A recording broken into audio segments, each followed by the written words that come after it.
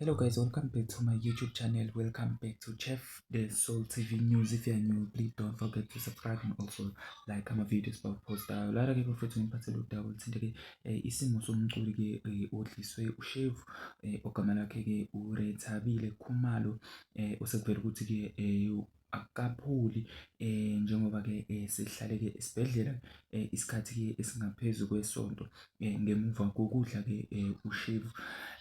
Siyabona nje nalapha ke ividiyo leyana ke ngenkathi ke ephuthunyiswa khona esibhedlela. Umculi ke uWinnie Khumalo useveze ukuthi ke isimo ke asikho ke sihle neze endodakazini yakhe engumculi ke uRethabile ke esesibhedlela ngemuva kokudliswa kona ke uShave udliswa ke umngani wakhe. So uWinnie ke uveze ukuthi ke lolu daba ubekhethe ukuthi ke alufihle ukuze kube indodana yakhe noma indodakazi yakhe ke iba ngcono, kodwa ke kunalokho ke isimo sayo siya ngokuya siba simbi kakhulu.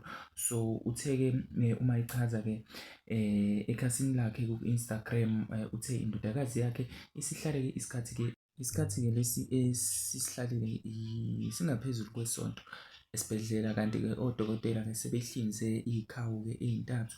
So echaza nje umama wakhe uthe untombazane ulwela ke impilo yakhe esibhedlela, futhi ke isimo sakhe ke kunokuthi ke sibe ngcono siba nzima kakhulu noma siba sibi kakhulu. Ngakho ke ubone kungcono ukuthi ke agcine etshela abalandeli bakhe ke ukuthi ke cha, kunezindaba ke ezingajabulisi neze ke ethinta yena ke laphayana ke uRethabile okuyingane yakhe ke uWinnie Khumalo.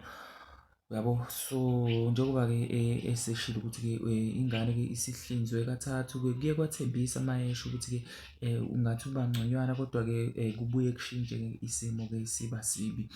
Uthena ke uyanxusa kakhulu ke ukuthi abantu ke uyacela bamthandazise njengoba nakuyena njengomzali ke kungekho kuhle kungekho mnandi ke ukulinyalelwa ingane ngaleya ndlela ke. Akavezanga ke ukuthi indodakazi yakhe ke ilaliswe kusiphi ke sona ke isibhedlela.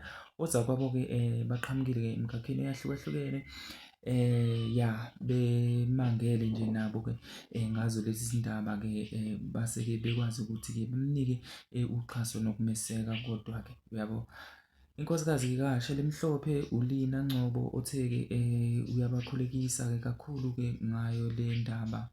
Siphinde ke sibe nomlingisi uLerato laphayana ke uthena ke hayi bo sengathi ke uNkulunkulu ke engangenelela kulo ke lolu daba. USidumo Umtshali naye ube ngoba abanye ke abathe baphawula ke bemfisela ke ukululama usisi laphayana ke ethi ke sengathi engalulama ke ngokukhulu ukushesha uNkulunkulu akupholise Rethabile ke. Kwenzeka lokhu nje lo mculi ke emasontweni ke amabili adlule ke ubesanda ke ukukhipha ingoma yakhe entsha ethi ke egalile. Wefowethu ziningi izinto ke ziyenzeka, kodwa ke esingakusho thina ke ukuthi ke abe ngcono uRethabile Khumalo laphayana ke bafowethu. Ningakhohlwa nani ukuzibheka lapha enikhona, niphinde futhi bafowethu ni-subscribe, ni-comment la kwi-comment section ke ezansi.